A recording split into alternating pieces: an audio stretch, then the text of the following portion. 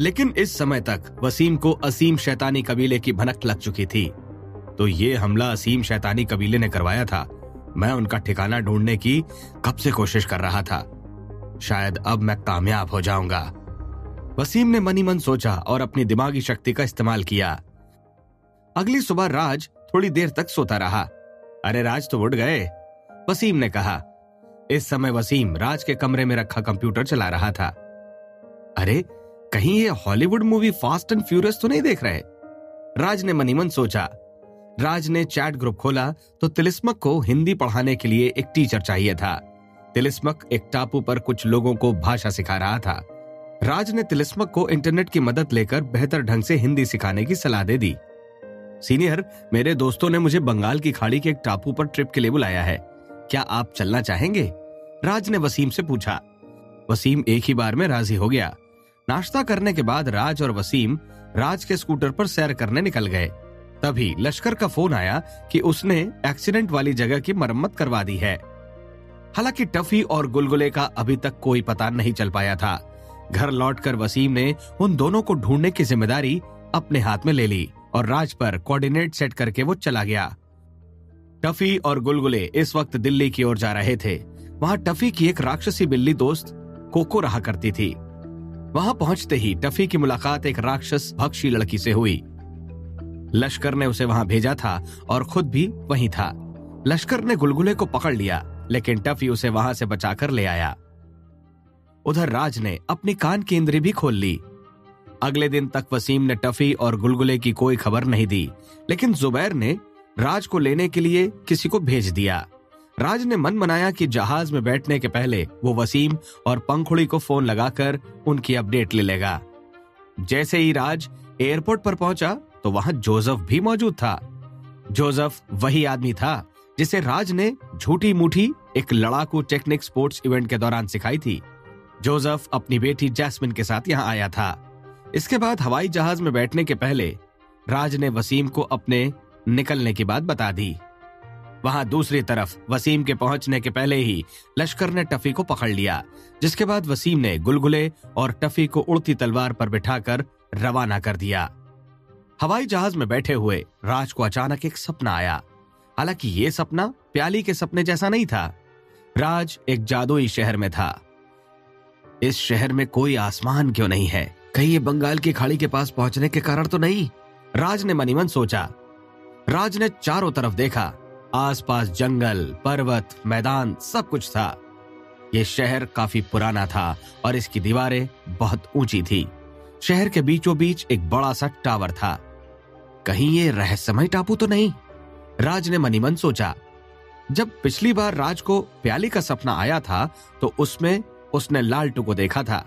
हालांकि अभी उसके इस सपने में लालटू का नामो निशान नहीं था, बल्कि यहाँ एक भी इंसान नहीं था। पूरे शहर को अच्छे से देखने के बाद राज की नजर एक बड़े से जंगल पर पड़ी। वहां आधे चांद के आकार की एक झील थी। राज ने जैसे ही झील के पास जाने के पास सोचा तो एक बड़ी सी मछली हवा में उछली। राज इस मछली को देखकर हैरान रह गया, लेकिन इतने में ही राज की नींद खुल गई। क्या ये कोई बुरा सपना था? राज ने धीमे से बड़बड़ाया। आंख खोलते ही राज ने जब बाहर देखा तो एकदम अंधेरा छाया हुआ था। अरे ये क्या, इतनी जल्दी रात हो गई? राज ने कहा। राज को लग रहा था कि अभी थोड़ी देर पहले ही सुबह हुई थी और अभी कुछ घंटों से ही वो लोग जहाज में बैठे हैं, तो इतनी जल्दी रात कैसे हो सकती थी? इसके अलावा चारों ओर सभी यात्रियों के चेहरे परेशान हालत में दिख रहे थे। क्या हुआ? राज ने जोसेफ से पूछा। कुछ बहुत ही बुरा हुआ है, जोसेफ ने जवाब दिया। आप में से किसी को हवाई जहाज उड़ाना आता है? हमें उसकी जरूरत है, एयर होस्टेस ने कहा। आखिर हो क्या रहा है? ये लोग हवाई जहाज उड़ाने वाले के बारे में क्यों पूछ रहे हैं? राज ने कहा। करीब 3 मिनट पहले सब कुछ काला हो गया और उसके बाद से कुछ भी दिखाई नहीं दे रहा है। फिर हमें पता चला कि मेरी बेटी सहित बहुत से लोग गायब हो गए हैं। सबसे बुरी खबर यह है कि पायलट और फ्लाइट क्रू भी गायब हो गई है, जोसेफ ने दांत पीसते हुए कहा। राज को कुछ भी समझ में नहीं आ रहा था कि अचानक से सब कहां गायब हो सकते थे। कहीं ऐसा तो नहीं है कि मैं सपने से जागा ही नहीं हूं? राज ने बड़बड़ाया। राज को लगने लगा था कि एक बुरे सपने के बाद उसे तुरंत ही दूसरा कोई बुरा सपना आ गया था। ये कोई सपना नहीं है गुरुदेव, हमारी हालत बहुत खराब है। अभी जहाज ऑटो पायलट पर चल रहा है और हम कुछ समय तक ही सुरक्षित हैं, लेकिन जल्द ही अगर कोई जहाज उड़ाने वाला नहीं मिला तो जहाज ढेर हो जाएगा, जोसेफ ने कहा। थोड़ी देर पहले तक जोसेफ को भी लग रहा था कि वो कोई बुरा सपना देख रहा है, लेकिन ऐसा नहीं था। रुकिए, मुझे घेरने से कुछ नहीं होगा, इसमें मेरा कोई दोष नहीं है। मैं जहाज उड़ाना नहीं जानती। अगर कोई है जिसे हवाई जहाज उड़ाना आता हो तो उसे जल्द ही कमान संभाल लेनी चाहिए, क्योंकि अब ऑटो पायलट में भी गड़बड़ी होने लगी है, एयर होस्टेस ने कहा। बचे हुए फ्लाइट क्रू को जनता ने घेर लिया था। उसमें से किसी को जहाज उड़ाना नहीं आता था। मुझे माफ कर देना साथियों, ये मेरी ही गलती है। मैंने ही तुम लोगों से बंगाल की खाड़ी के टापू चलने को कहा था, जुबैर ने राज के पीछे से कहा। गणेश अपनी गर्लफ्रेंड यशी को गले लगाकर बैठा था। रोहन अपना सिर सीट से टिका कर बैठा था। समय बर्बाद मत करो और अपना आखिरी खत लिख दो। अगर हमारी किस्मत अच्छी रही तो शायद ये खत किसी न किसी को मिल जाएगा। अपने फोन से ही उसे टाइप कर लो, जीशान ने अपना फोन खोलते हुए कहा। गुरुदेव, क्या आप भी खत लिख रहे हैं? कितने दुख की बात है कि अभी आपसे सीखने को कितना कुछ बचा था, लेकिन हमारे आखिरी दिन आ गए, जोसेफ ने कहा। राज ने फाइटर जेट उड़ाने की ट्रेनिंग तो ली थी, लेकिन पैसेंजर जहाज उड़ाना उससे थोड़ा अलग था। हालांकि समय की मांग फिलहाल कुछ और ही कह रही थी। राज ने अपना बैग उठाया और केबिन की तरफ बढ़ने लगा। राज के सभी साथी राज को देखने लगे।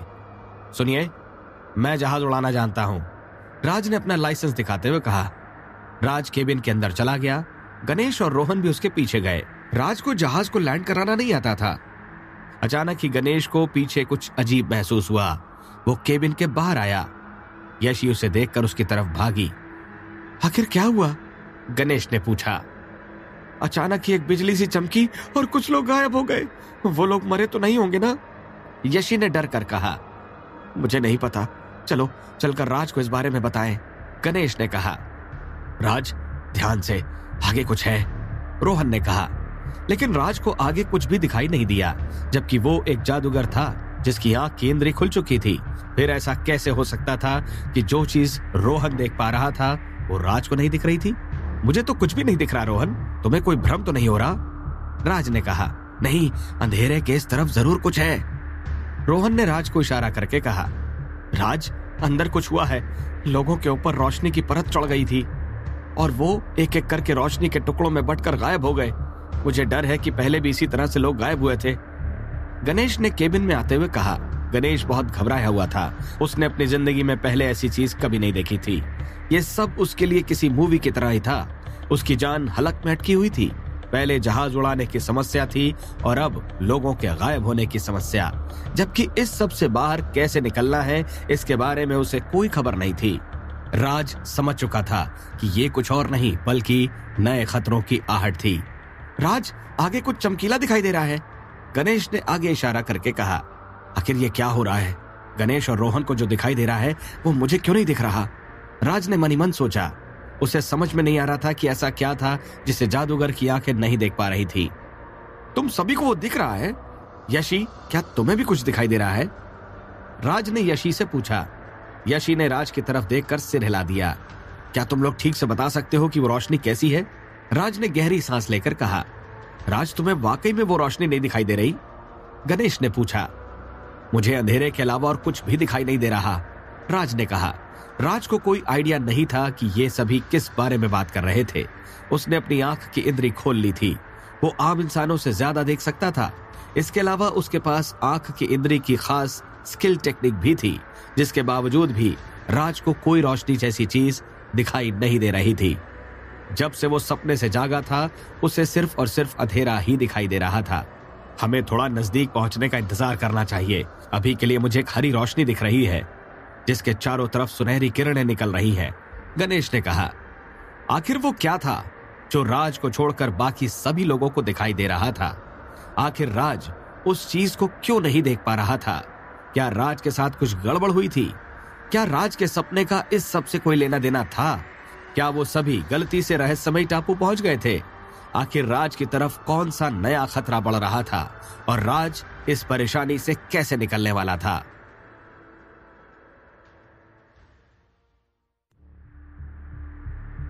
एक हरी रोशनी जिसमें से सुनहरी किरणें निकल रही हैं। राज ये शब्द सुनकर हैरान था। उसने कुछ ऐसा ही रहस्यमय टापू के बारे में भी सुना था।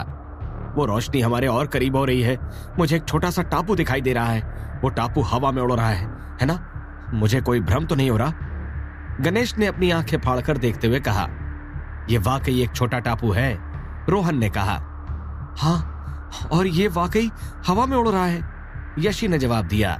राज के पास कहने को कुछ नहीं था। उसने सोचा था कि वो रहस्यमय टापू जाने के बारे में सोचेगा भी नहीं और उसमें गए बिना कोई दिक्कत की बात भी नहीं है। पहाड़ी महारथी अपनी मर्जी से रहस्यमय टापू गए थे, जिसका हर जाना उन्हें अपनी याददाश्त खोकर चुकाना पड़ा था।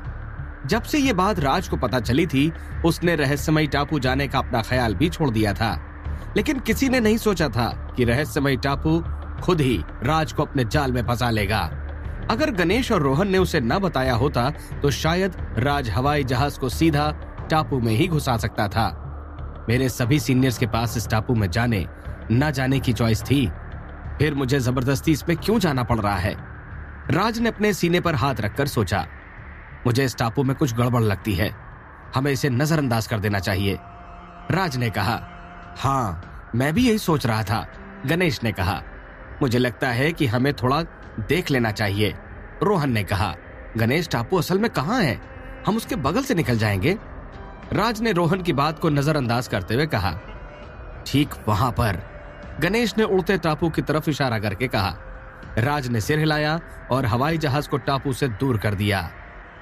इसके बाद हवाई जहाज काफी देर तक उड़ता रहा। क्या हमने उसे पीछे छोड़ दिया? राज ने पूछा। हाँ, हम निकल आए, गणेश ने कहा। यह सुनकर राज ने राहत की सांस ली, लेकिन अचानक ही बहुत जोरदार रोशनी चमकी। यशी, गणेश और रोहन ने अपनी आंखें बंद कर ली। आंख की इंद्री खुल जाने के कारण राज तेज रोशनी में भी देख सकता था। राज की आंखों के सामने एक बड़ा सा जंगल था। उसके पेड़ आसमान तक पहुंच रहे थे।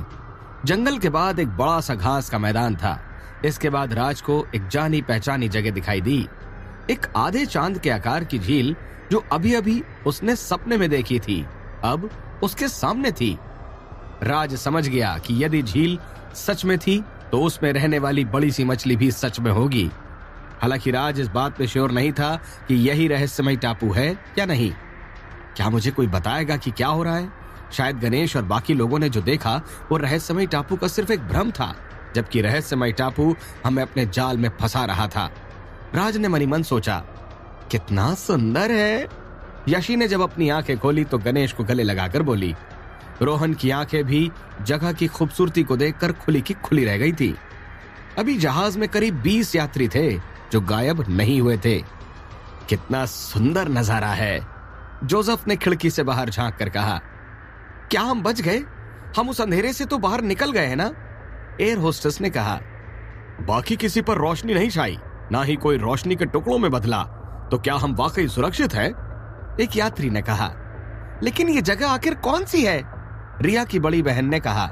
मुझे नहीं पता और मेरे फोन में सिग्नल भी नहीं आ रहे। क्या ये बंगाल की खाड़ी वाला टापू ही है? रिया ने कहा। शायद हम अभी भी हवाई जहाज में हैं, इसलिए नेटवर्क नहीं आ रहे होंगे। जहाज उतरने के बाद हमें फिर से देखना चाहिए, जीशान ने कहा और अपना कैमरा निकालकर फोटो लेने लगा। जीशान स्कूल के न्यूज डिपार्टमेंट में था, इसलिए वो हमेशा अपने साथ कैमरा लेकर चलता था। जुबैर ने भी गहरी सांस ली। किस्मत से वो सुरक्षित थे। अब उसके साथ आए किसी भी व्यक्ति को कुछ भी हो जाता तो शायद वो खुद को कभी माफ नहीं कर पाता। राज, क्या तुम जहाज उतारने की जगह देख रहे हो? गणेश ने पूछा। हाँ, कोशिश तो कर रहा हूँ, राज ने जवाब दिया। असल में राज जहाज उतारने के बारे में सोच भी नहीं रहा था। वो तो रहस्यमय टापू से बाहर असली दुनिया में जाना चाहता था। लेकिन जैसे ही राज ने जहाज की रफ्तार बढ़ानी चाही तो उसके चेहरे के भाव बदल गए। जहाज अपने आप नीचे की तरफ बढ़ रहा था। राज का दिमाग चकरा गया था। उसे पहाड़ी महारथियों की रहस्यमय टापू को लेकर की गई बातें याद आ गईं। अब राज सिर्फ और सिर्फ जहाज को घास के मैदान की तरफ ले जा सकता था। अभी राज ने ऐसा करने का मन ही बनाया था कि तभी हवा में रोशनी की 2 किरणें चमकी। ये तलवारों की रोशनी थी। अगर मैं गलत नहीं हूं तो ये सीनियर वसीम की डिस्पोजेबल तलवारों की रोशनी थी। राज ने मनी मन सोचा और तलवारों की रोशनी की तरफ ध्यान से देखने लगा। अरे नहीं, ये तो डिस्पोजेबल तलवारें ही हैं।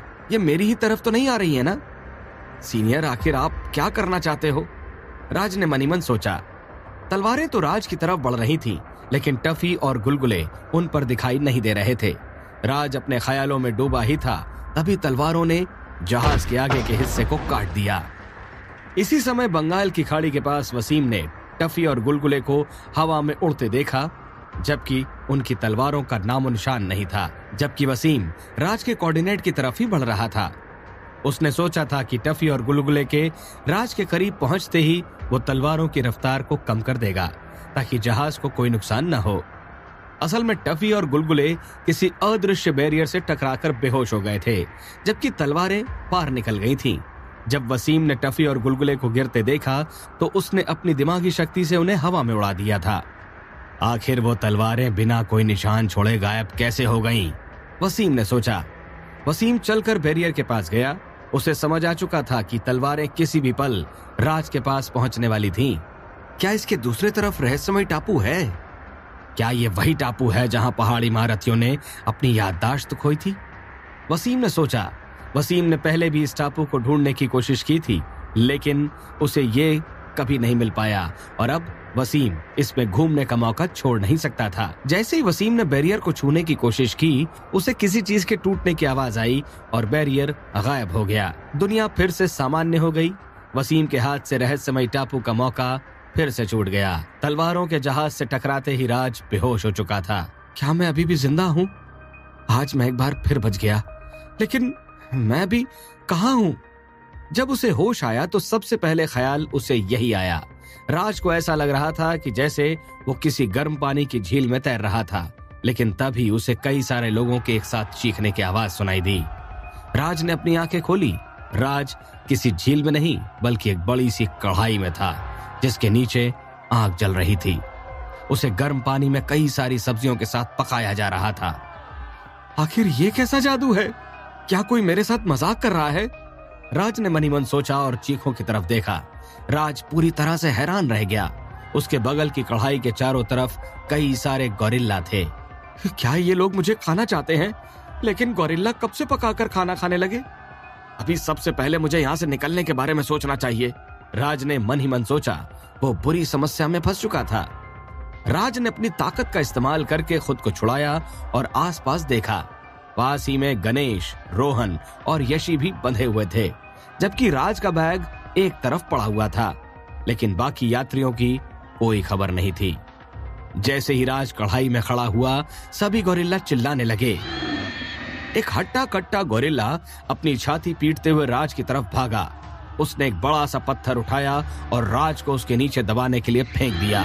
राज ने शुरुआती फिस्ट का इस्तेमाल करके पत्थर को दूर उछाल दिया, लेकिन गोरिल्ला राज की तरफ उसे पकड़ने के लिए कूद गया। राज ने शुरुआती फिस्ट टेक्निक नंबर 5 का इस्तेमाल किया। गोरिल्ला एक ही मुक्के में ढेर हो गया, लेकिन अभी राज के सामने ऐसे 20 गोरिल्ले और भी खड़े थे। हालांकि अपने साथी के ढेर होने के बाद एक भी गोरिल्ला राज की तरफ नहीं बढ़ा, फिर भी राज को अंदेशा हो रहा था कि जल्द ही हट्टा कट्टा गोरिल्ला वापस उठ जाएगा। इसके पहले ही उसे अगली चाल चलने की जरूरत थी, वरना बाजी हाथ से निकल भी सकती थी। मुझे इस मौके का फायदा जल्द से जल्द उठाना होगा, वरना अगर उन्होंने मुझे घेर लिया तो दिक्कत हो सकती है। राज ने मनी मन सोचा और अपने बैग की तरफ देखने लगा। राज बैग में से सहस्त्रभेदी तलवार निकालना चाहता था। राज जानता था कि बिना तलवार के इस्तेमाल के वो इतने सारे गोरिल्ला को एक साथ नहीं हरा सकता था। राज ने अपनी तलवार जुटाकर अडिग तन टेक्निक का इस्तेमाल किया, लेकिन तब तक एक हट्टा कट्टा गोरिल्ला फिर से अपने पैरों पर खड़ा हो गया और राज की तरफ दौड़ने लगा। राज ने इस बार शुरुआती फिस्ट नंबर 1 का इस्तेमाल करने का सोचा, लेकिन तभी गोरिल्ला ने राज की शुरुआती फिस्ट नंबर 5 की तरह पोज बना लिया। राज और गोरिल्ला दोनों अपने अपने हमलों के साथ तैयार थे। एक बड़ा घमासान सभी की आंखों के सामने चल रहा था। राज तो फिलहाल हार मान लेने जैसा ख्याल भी नहीं रखे था, क्योंकि सभी की जिंदगियां राज के हाथ में थीं। लेकिन सामने से आ रहे गोरिल्ला भी राज के जोरदार हमले के बावजूद खड़े होकर राज के ही हमले को उस पर आजमाने वाले थे। एक बड़ी सी टक्कर होने वाली थी। राज को अपनी ही ताकत से मुकाबला करना था। क्या राज गोरिल्ला से अपने ही हमले को झेल पाएगा? क्या राज बाकी सभी लोगों को इस टापू से बाहर निकाल पाएगा? आखिर इस टापू का रहस्य क्या था? क्या वसीम सही समय पर राज की मदद करने आ पाएगा?